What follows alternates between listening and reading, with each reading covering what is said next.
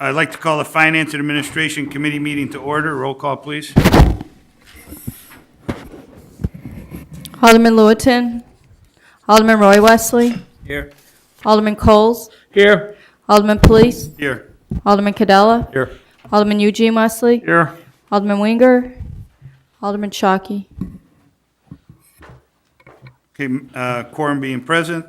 First item is approval of minutes of March 17th and 24. I'll make that motion. Do I have a second? Second. All in favor? Aye. Oh, on the question, sorry. One question, could you do the motion separate, please? Sure. For minutes for the 17th and then the 18th? I mean, 24th? Okay, I'll change my motion. Approval of minutes, March 17th.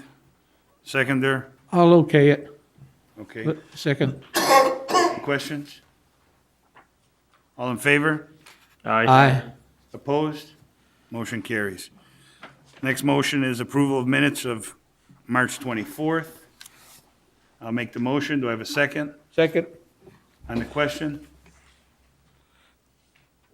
All in favor? Aye. Opposed?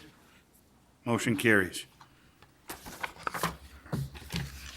Next item is report and recommendation, revisions to section 8.804A of the city code pertaining to vehicle sticker placement.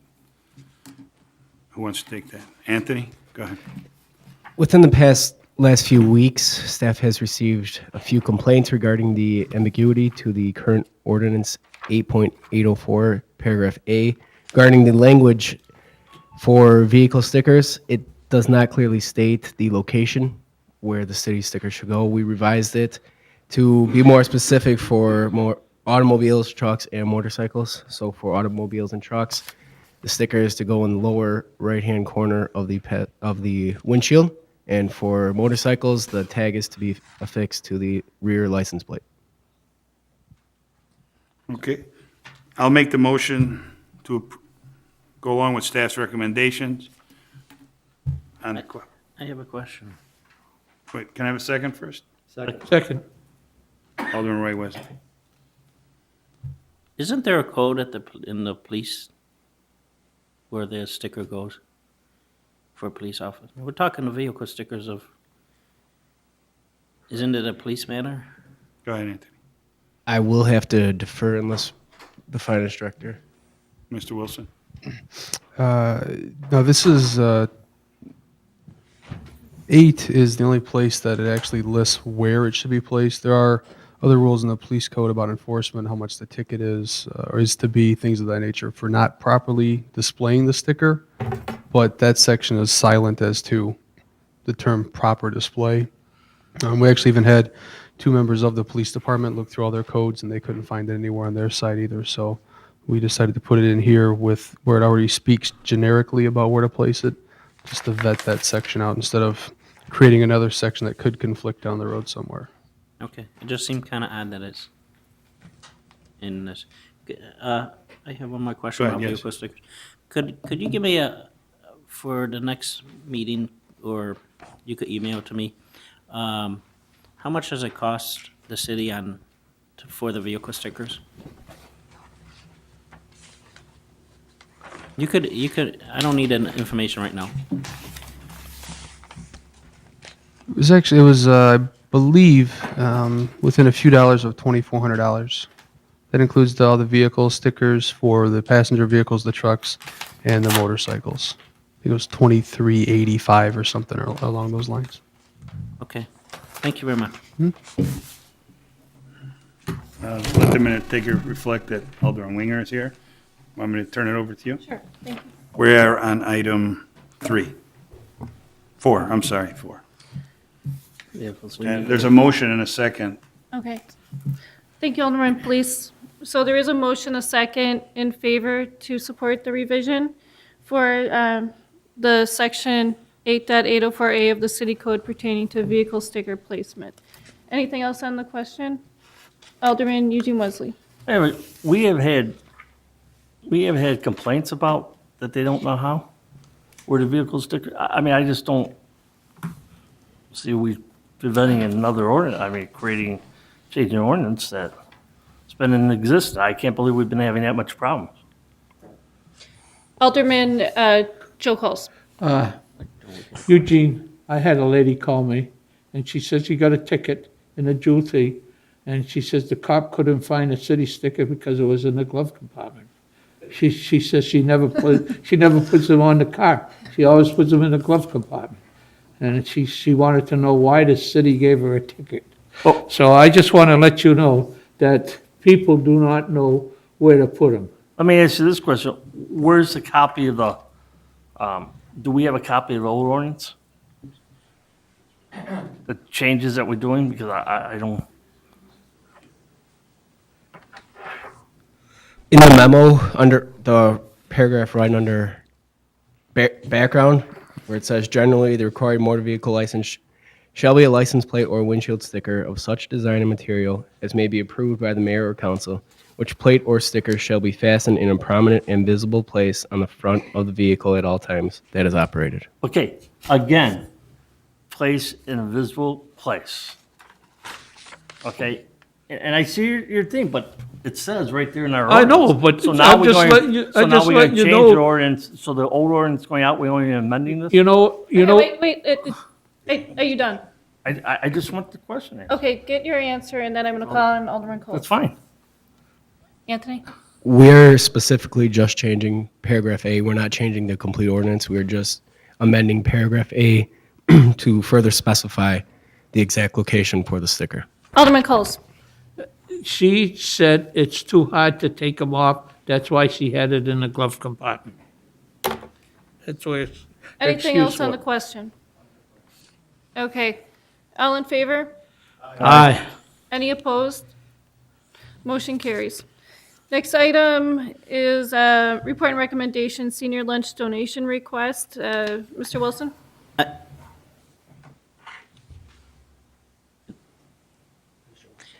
Yeah. Well, you said him. That's okay. Did you raise your hand? She went right to you. I was gonna make the motion to approve the donation. Okay, well then, go ahead, make the motion. I make a motion to approve the senior luncheon donation request. Is there a as- second? As requested at the last meeting. Is there a second? Not to exceed, what, the $1,500? Mr. Wilson? Thank you, Chairman Winger.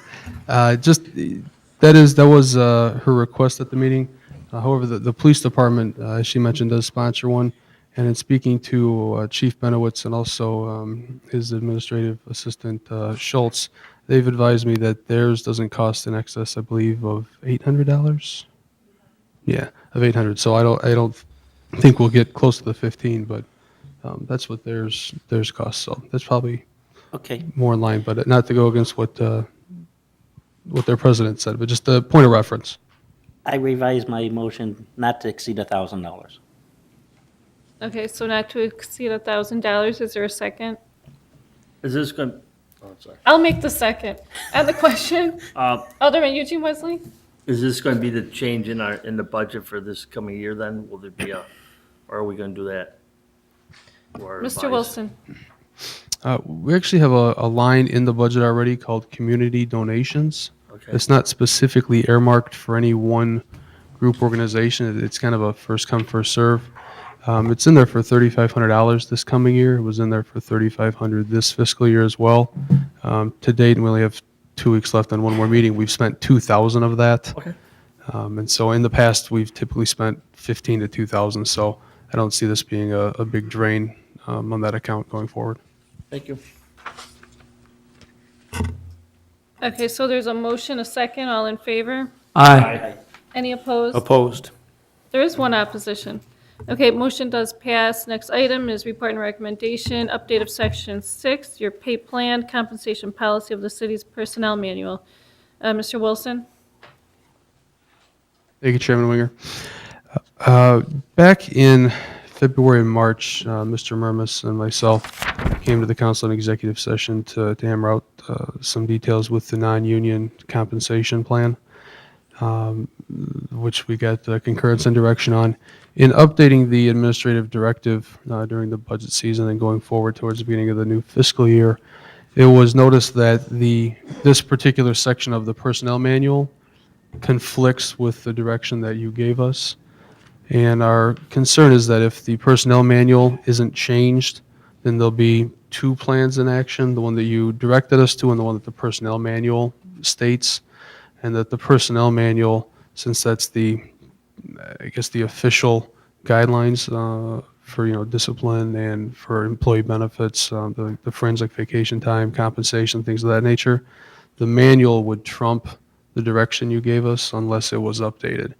So we're updating the manual with the direction that you gave us to avoid any conflicts come May 1st. Okay. How would you want that, would you want the motion to state, just as said, update of section 6, your pay plan, as stated in the memo presented?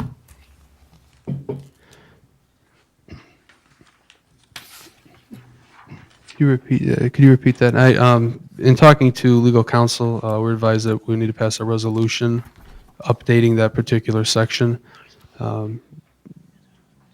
So I think it'd be prudent to direct staff for the motion to draft a resolution updating this particular section of the code as per the Administrative Directive 05-03. Okay, that's my motion. Is there a second? Second. Anything on the question? All in favor? Aye. Aye. Any opposed? Motion carries. Next item is items to be considered at future meetings. One thing that we were gonna, Mr. Wilson, weren't we gonna bring forward the water and garbage for condemned properties? Or is that gonna go to council directly, or how are we gonna do that? Mr. Wilson?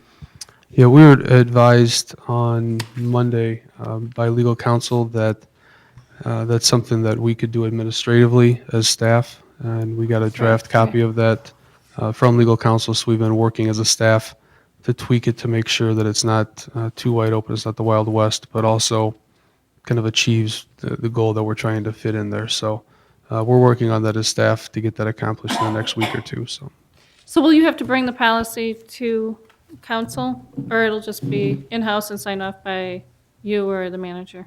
Mr. Murmas, correct? Okay. Mr. Alderman Eugene Wesley? Wait a minute.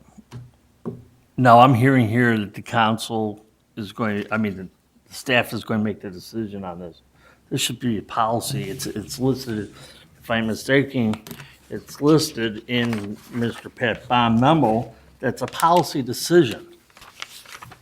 If we're going to let staff make the policy decisions, then why are we sitting up here making, it is our job to address the policies? Anything that's being changed on a policy should come to the council. Believe me, I'm in favor of doing this, but I'd like to see the language or the way how they're going to calculate it, who gets and who don't. If a house has a fire and they out of the house for 6 months and they can't live in their house, is that going to be addressed? We have a person that's been out of the house 2 years and he's still paying garbage pickup. I just don't understand why all of a sudden now we're going to go that route, that staff's going to make the recommendation. I just don't understand that. Mr. Murmas?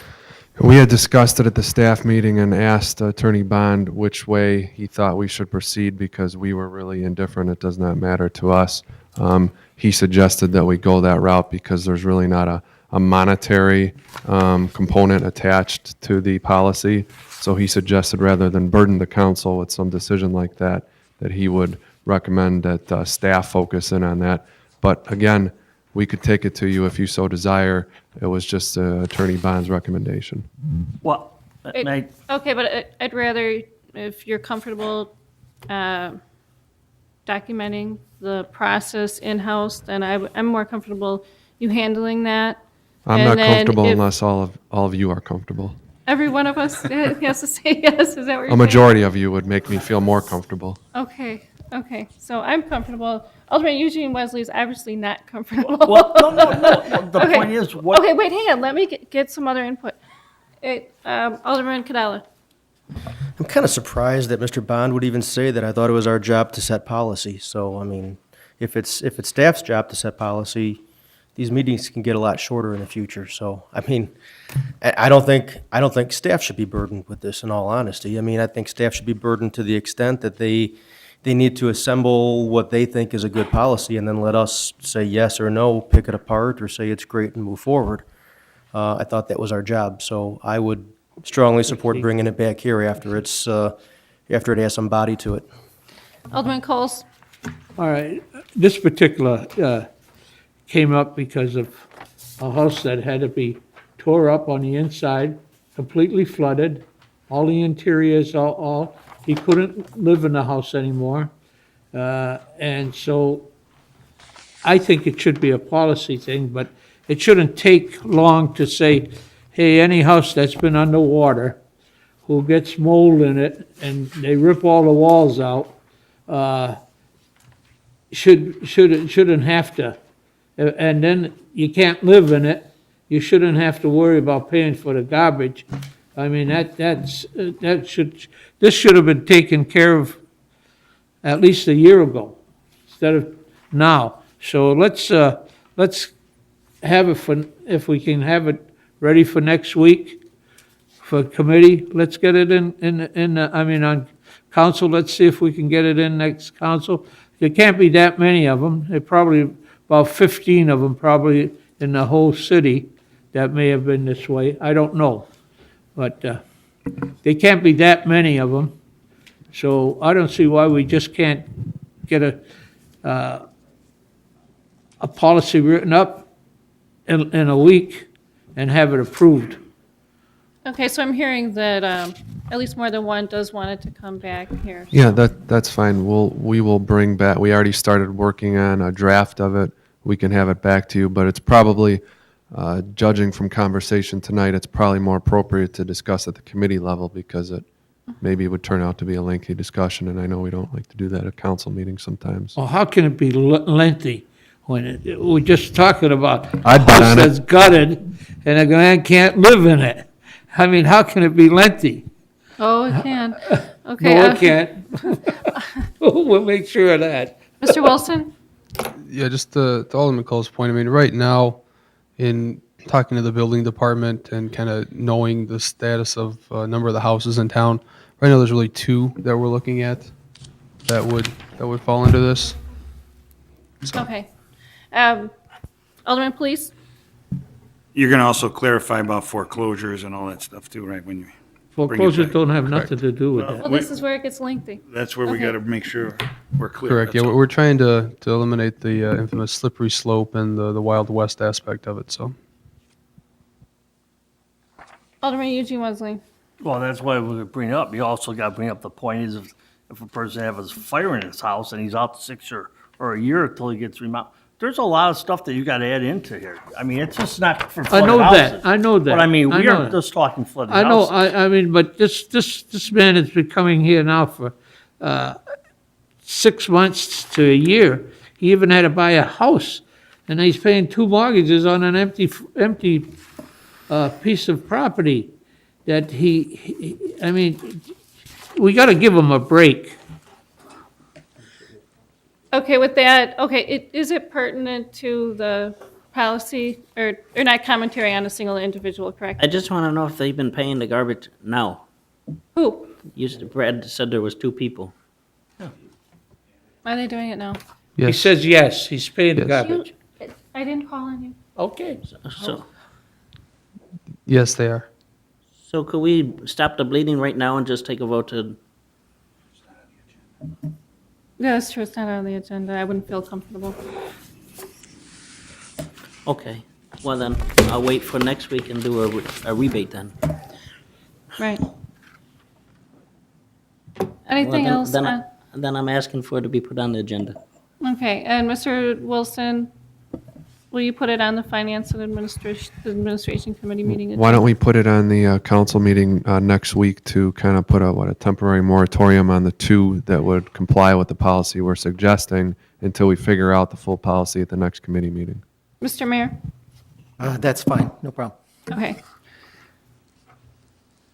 Sound I good? can't say nothing, so I'm not.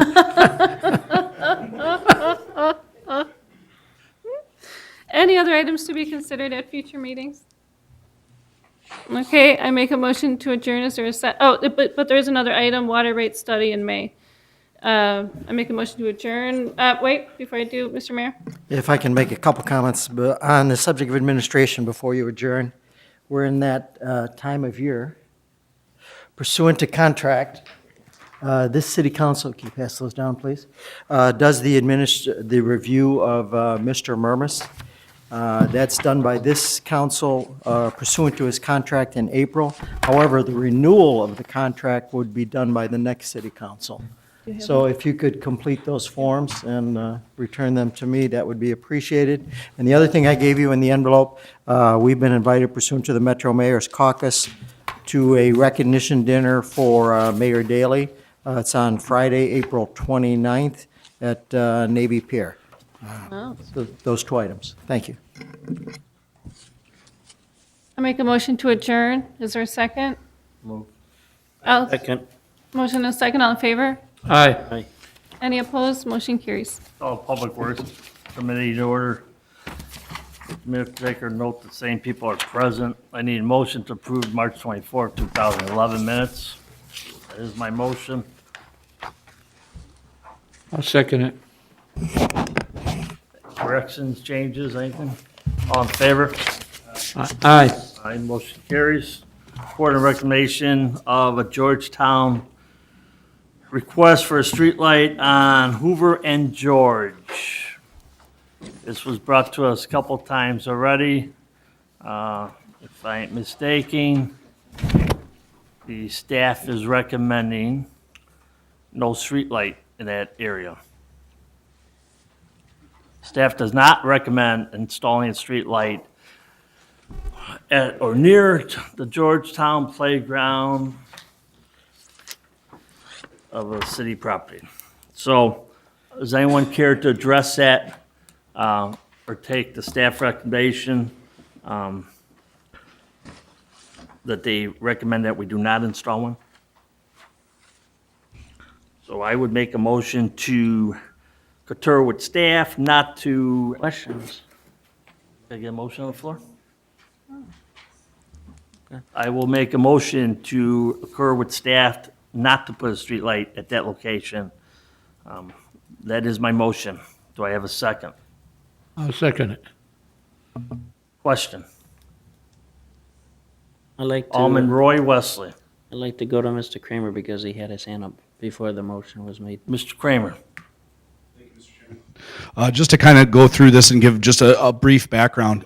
Several months ago, I was approached by Georgetown Homeowners Association about the possibility about putting a street light in relationship to the playground off of Hoover.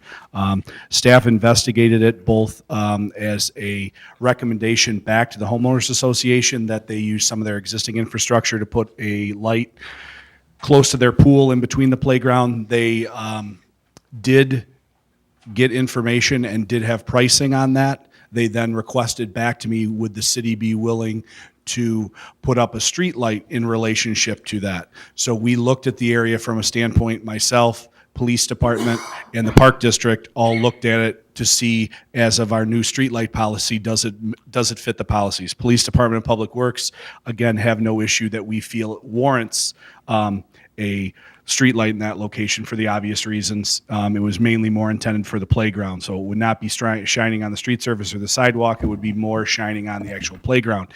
The Park District brought an interesting information to me, saying that their ordinance for playgrounds says that their playgrounds close at dusk. So this would be in direct contradiction to their ordinance.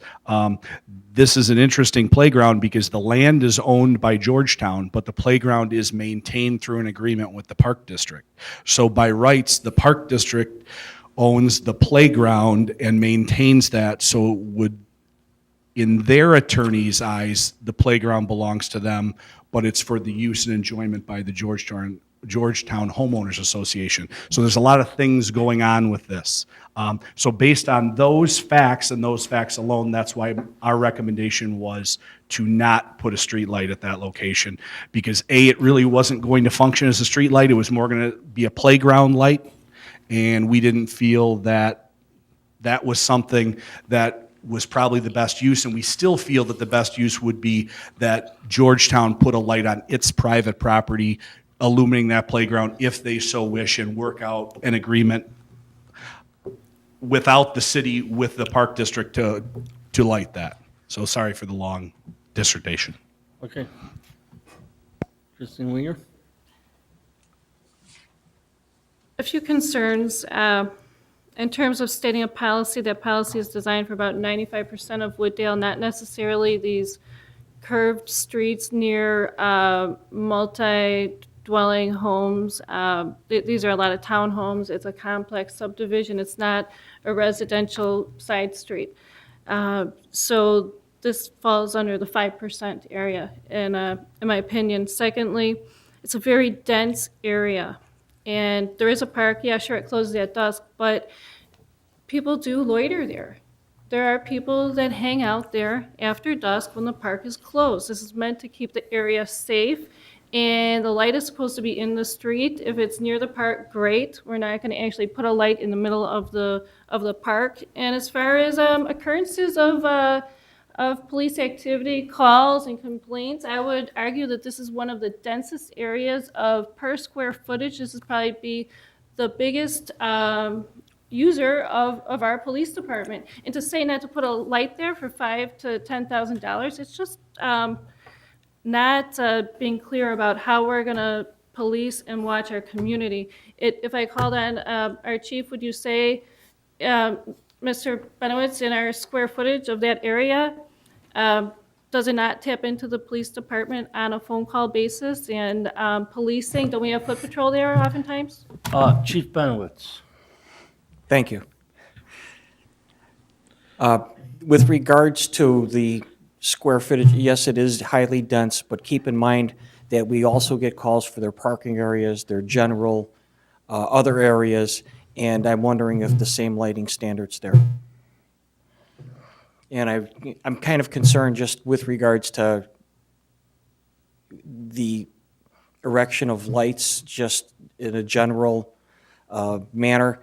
I'm also concerned with the park district because once again, that is their park, and are we going against any of their philosophy? So, Alderman Roy Wesley. Frank, Mr. Benowitz. you have a camera over there? yes, we do.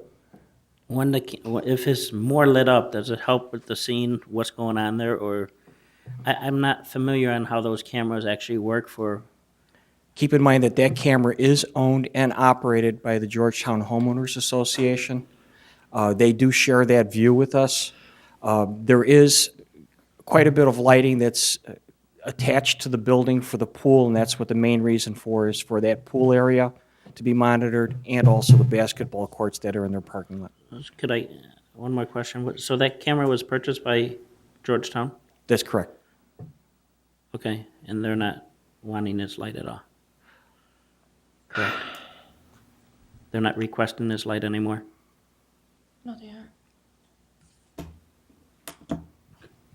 are. Mr. Kramer. No, Georgetown is still requesting the light. And the park district won't go in and pay for part of this at all if we decide to go with the light? I didn't talk to the park district specifically about whether they would pay for it or not, but I gathered by them saying it was not in their ordinance to put a light up that that answer would be no, but I could reapproach them to find out. I would assume that since it is in contradiction of their ordinance, they would not be interested in doing it, but I can't speak for them. Okay, thank you. Alderman Goodall. In the years that I've known and worked with Chief Benowitz, I haven't known him to steer us wrong. I have to completely agree with what he says is the appropriate action in this case. So I'm in total agreement that we should not put this light up at this point. Mayor Johnson. I guess first question I have, does the board know we're discussing this tonight, the association? Georgetown? Yes. No. No. They may want to have some input on this as well. This came up, Alderman Shockey and I and the chief were at, I guess you would call it a neighborhood crime watch meeting at Georgetown. The issue is not lighting the park or not lighting the park. There was fear and concern among the residents of Georgetown and in the apartment complex adjacent to that. There, we had some loitering problems, which I think the police department has resolved. But there was, the seniors, it was actually a fear issue among some of our residents. And they thought that the light would make them, help disperse the loitering of what that was going on in this area around the basketball court, and that they would be safer going to and from their homes. So that was the purpose of their request, not to light the playground or not light the playground. It was a issue we had, which I think has now been resolved, but it was a public safety issue, concern.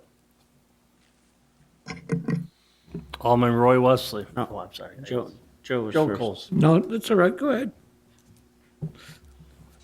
Go ahead. Roy, go ahead. Well, Well, one of you guys.